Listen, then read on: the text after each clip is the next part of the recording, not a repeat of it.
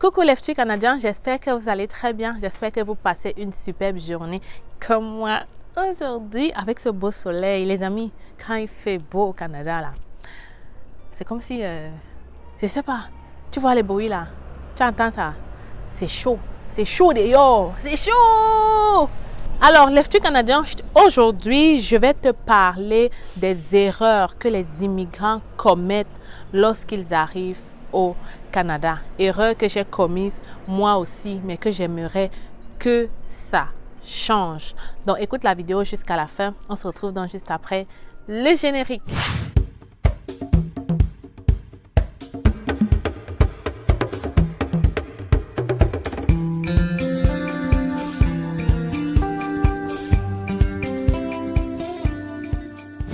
Avant de continuer, je dois me présenter. Si c'est la première fois que tu arrives sur cette chaîne, bienvenue dans la famille de C'est Facile. On est très content de t'accueillir. Donc, je suis Stell Difac. Je suis arrivée au Canada depuis 9 ans, venue comme étudiante, aujourd'hui résidente permanente. Si je décide de créer la chaîne C'est Facile, c'est pour te permettre à toi aussi de réaliser ton rêve canadien. Donc, dans cette chaîne, je parle de l'immigration au Canada, la vie au Canada, les relations, le travail, les études, les bourses, tout sur le Canada. Tu découvriras ça ici. N'oublie pas que si tu veux prendre un rendez-vous avec moi, je suis disponible. Là, tu m'écris par mail hello@cetfacile.com et on pourra discuter sur tous les sujets qui te dérangent par rapport à ton rêve d'immigrer au Canada. N'oubliez pas aussi que nos formations sont là. Hein. Je laisse les liens de ces formations là. Et merci déjà pour ceux qui prennent, pour ceux qui en prennent tout le temps. Donc, aujourd'hui, on va parler des erreurs que les immigrants commettent lorsqu'ils arrivent au Canada. On ne va pas perdre le temps. Je vais parler aujourd'hui des 5 erreurs et peut-être dans un futur ou alors dans une autre vidéo, après avoir lu vos commentaires, vos questions, on va faire une autre vidéo pour parler des autres erreurs. Donc, si toi tu es au Canada et que peut-être je vais manquer une erreur, n'hésite pas à mettre ça en commentaire. Comme ça, on va aider tous nos futurs Canadiens à ne pas commettre les mêmes erreurs que nous. Alors, la première erreur que nous commettons quand on vient d'arriver dans ce pays-là, la première erreur qu'on commet, presque tout le monde a commis la même erreur, c'est que quand vous venez d'arriver, vous marchez trop avec les gens de votre pays seulement. Je peux comprendre quand on vient d'arriver, voilà, on n'est pas très à l'aise avec les autres communautés. Mais l'erreur qu'on commet donc, c'est qu'en marchant avec ces gens, on les écoute seulement eux. On commet les mêmes erreurs qu'ils ont commis. La première erreur, c'est plus sur le domaine des finances, sur le domaine du crédit. Le crédit empêche beaucoup d'immigrants d'évoluer dans ce pays. Il faut savoir que le Canada offre tellement d'opportunités. Mais si ton crédit est sali, tu as peu de chances de pouvoir profiter de ces opportunités. Ou alors, ça va te prendre plus de temps pour reconstruire ce crédit afin que tu puisses profiter valablement de toutes ces opportunités. Parce qu'étant donné que tu es arrivé et que tu as trouvé des gens ici, tu vas être tenté de suivre les mêmes voies qu'eux. OK? Tu vas être tenté de faire les mêmes erreurs que, c'est-à-dire aller prendre 10 cartes de crédit sans connaître comment les utiliser. Le crédit est bien. Avoir une carte de crédit, c'est bien. Mais connaître, utiliser cette carte, c'est nécessaire et primordial. Encore plus que chez nous en Afrique, on ne connaît pas c'est quoi le crédit. Beaucoup de gens d'ailleurs en Afrique n'ont même pas de carte bancaire, alors ne parlons même pas de carte de crédit. Parce que quand vous arrivez ici et on vous parle de carte de crédit, vous prenez cela et vous en faites du n'importe quoi. 10 ans plus tard, 5 ans plus tard, vous êtes là avec votre conjointe et vos enfants et vous n'êtes même pas capable de vous prendre une maison, vous n'êtes même pas capable peut-être même d'ouvrir une entreprise et de demander un financement, vous n'êtes même pas capable de vous acheter une auto, un véhicule valable. Raison, vous avez joué avec votre crédit. Donc faites très attention avec ce que vous faites avec votre crédit. J'ai d'ailleurs fait une vidéo qui t'expliquait plus en profondeur dans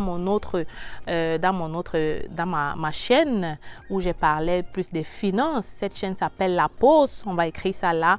Tu peux aller t'abonner et peut-être un de ces jours, on va recommencer les vidéos sur les finances parce que je trouve que c'est très important. D'ailleurs, dans cette vidéo, je te disais que dis-moi comment est-ce que tu utilises ton crédit et je te dirai qui est-ce que tu deviendras dans ce pays. Oui, dis-moi qu'est-ce que tu fais de ton crédit, comment est-ce que tu utilises ta marge de crédit. Est-ce que d'abord tu as même une carte de crédit? Si tu n'en as pas, il faut absolument aller en chercher une et ensuite discuter avec le banquier pour comprendre ce système de crédit, comprendre comment est-ce que ça peut t'aider. Parce que le crédit, normalement, ça aide. Ça aide ceux qui savent comment l'utiliser. D'ailleurs, il y a des gens qui utilisent le crédit et chaque mois, ça donne des points, ça rembourse ta carte. Bref, quand tu rembourses bien, tu as des points. Et je vais te dire que plus tu as une carte de crédit, plus tu bâtis ton crédit, plus on augmente de l'argent disponible pour toi. Et peut-être plus tard, dans 10 ans, quand tu voudras vraiment faire un financement et que tu auras besoin de ce crédit, ça va t'aider. Je ne vais pas en dire plus sur le crédit parce que sinon, on va prendre toute une journée. Mais va regarder la vidéo où je t'explique vraiment plus en profondeur le crédit au Canada. La deuxième erreur, et je vais te le dire aujourd'hui, la deuxième erreur que beaucoup d'immigrants commettent lorsqu'ils arrivent au Canada. Et là, on va parler de ceux qui arrivent avec la résidence permanente, c'est qu'ils passent sur les prêts et bourses.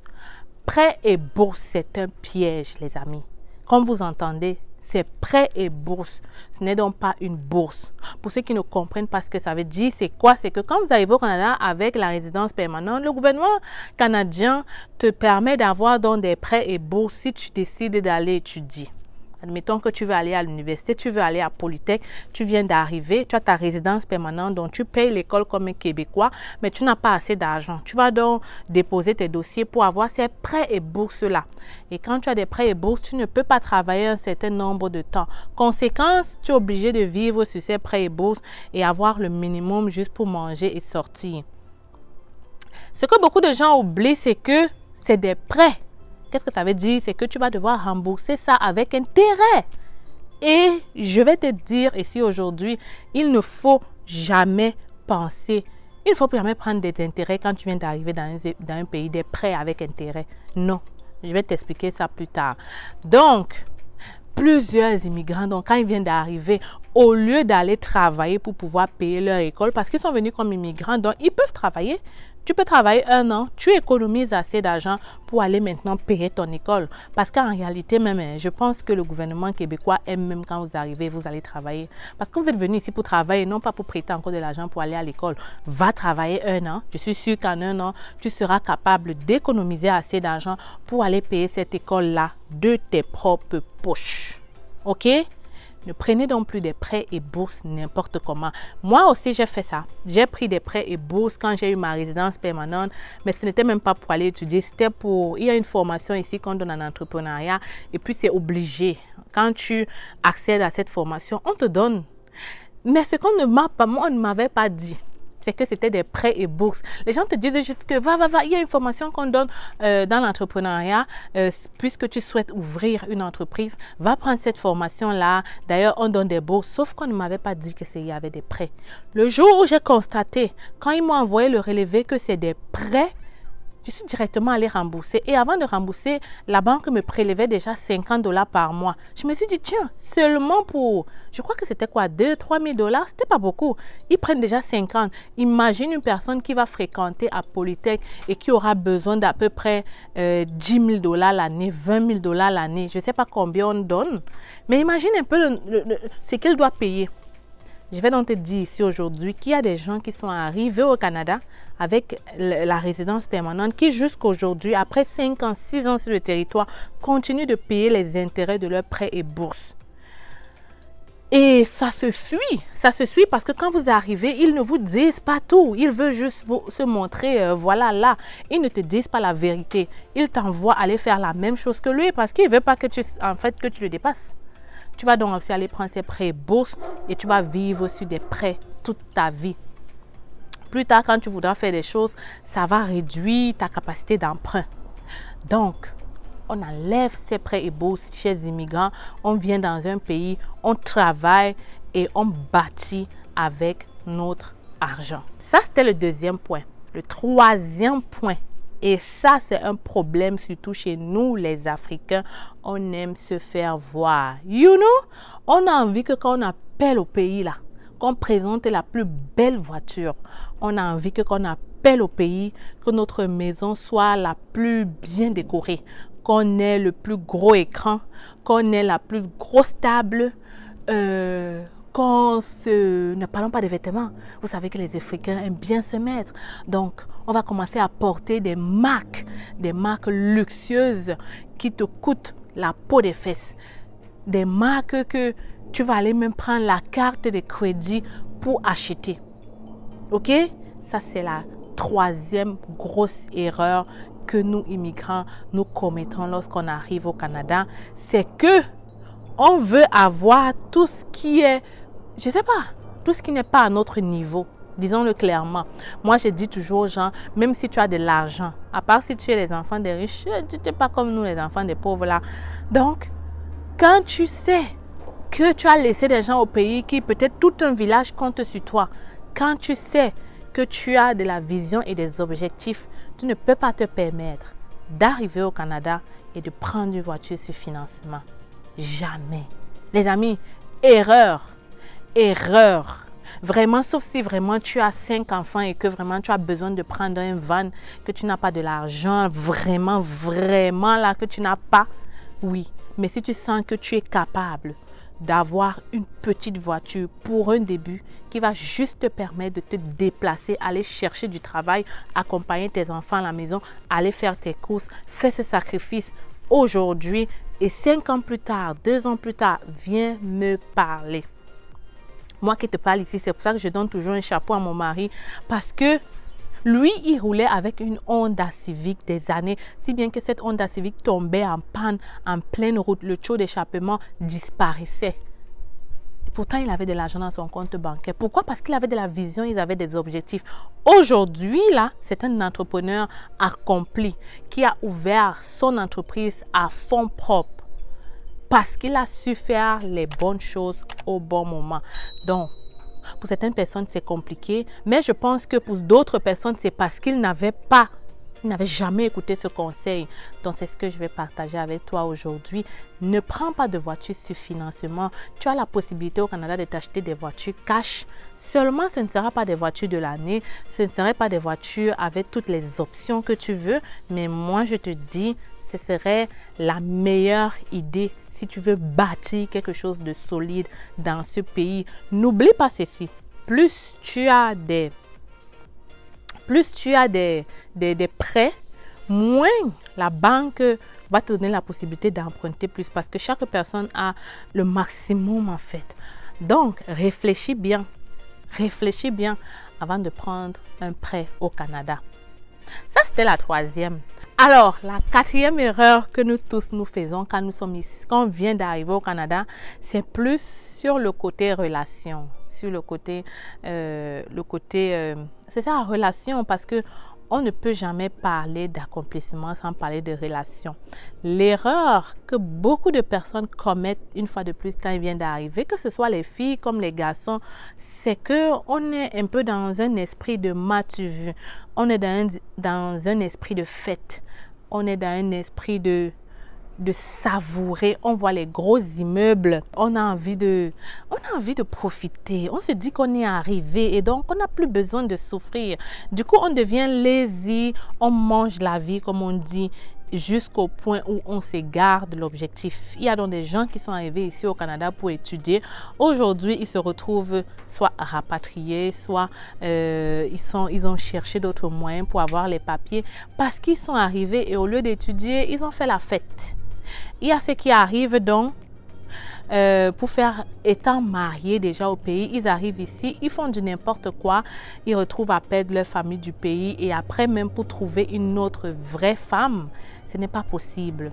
Surtout pour nous les jeunes filles, quand on vient d'arriver, on est très convoitées. C'est la chair fraîche qui arrive quelque part. Du coup, tout le monde va être avec toi. Sauf que dans quelques années, tu seras la babouche de tout le monde. Personne, tout le monde connaîtra ton dossier. Le nouveau venu, le garçon qui va arriver, on va lui dire cette fille-là, tout le monde est passé là-dessus. Et plus tard, on va se retrouver en train de pleurer. Donc, aujourd'hui, on s'arrête ici. 4 erreurs que nous, immigrants, nous commettons quand nous venons d'arriver au Canada. La 5e erreur rejoint un peu la première dans le sens que on ne recherche pas la bonne information. On ne recherche pas la bonne information. On écoute ce que les autres disent et on se dit que c'est ça. Tu comprends un peu? Quand la personne que tu as trouvée au Canada, qui est là depuis 10 ans, va te dire que « Oh, regarde les meubles là, tu ne peux pas t'acheter ça. » Tu ne peux pas t'acheter ça parce que... En fait, c'est parce que lui, il ne peut pas s'acheter ça. Et c'est parce que quand il est arrivé, il n'a pas cherché comment s'acheter ça. Moi, quand je venais là, quand mon mari et moi, on a acheté notre premier duplex, il y a beaucoup de gens qui ne savaient pas qu'en tant qu'immigrant, simple travailleur, on pouvait s'acheter une maison ou alors un immeuble à revenus au Canada, juste comme ça. Pourquoi? Parce que, voilà, ils sont avec des gens qui n'ont jamais fait ça et du coup, ils se disent que c'est ça. C'est ça. Ils ne cherchent pas plus loin. Ils ne vont pas vers les bonnes informations. Ils ne demandent pas aux banques comment ça se passe. Ils ne partent pas voir les organismes qui sont là dehors pour nous. Et du coup, conséquence, 20 ans au Canada, 15 ans, 30 ans au Canada, tu es au même niveau. Et pourtant, le Canada a tellement d'opportunités. Donc, 5 erreurs que nous commettons et que nous devons arrêter de faire quand on arrive au Canada. Parce qu'on a besoin de construire ce pays et c'est les premiers arrivants qui peuvent vraiment, la communauté là, qui peut vraiment faire quelque chose. Donc les amis, je m'arrête ici pour cette vidéo. Si tu as apprécié, tu n'oublies pas de liker la vidéo, tu t'abonnes et surtout tu partages. Je vais donc te laisser ici en espérant te retrouver plus fort et en santé dans une autre vidéo. Vous avez le rêve canadien. Vous souhaitez réaliser ce rêve sans dépenser une somme exorbitante et passer par des personnes expérimentées vivant au Canada. Vous êtes étudiant ou travailleur. Le Canada est à portée de main avec nos différentes formations. Étudiants, découvrez dans notre formation la procédure de demande du visa étudiant de A à Z avec nos modules de choix de filière, la liste de bourses disponibles pour le Canada, la procédure pour effectuer une demande d'admission et bien d'autres encore. Avec cette formation, vous bénéficierez d'un suivi personnalisé avec des réunions mensuelles et intégration à un groupe de suivi privé gratuitement. Pour vous, travailleurs, optimisez votre profil et candidature grâce à nos formations et prestations sur le CV type canadien et votre lettre de motivation. Mais aussi notre formation coaching en vue de préparer votre entrevue avec une entreprise canadienne. Vous vous demandez quelle formation choisir? Nous vous proposons notre service d'orientation et d'évaluation de profil qui vous permettra de savoir quel est le meilleur choix en fonction de vos qualifications. Pour aller plus vite, nous vous recommandons la formation qui représente les sites de recrutement dédiés à l'international. Rendez-vous sur notre site internet et sur nos plateformes sociales pour en savoir plus. Vous aurez l'occasion de voir de multiples personnes qui ont réussi à obtenir leur visa en seulement 3 mois. Je m'appelle Sonia et je suis venue au Canada en tant qu'étudiante au mois de septembre grâce à C'est Facile. J'ai eu mon visa rien qu'en 2 mois et pour moi c'est toujours... Avec C'est Facile.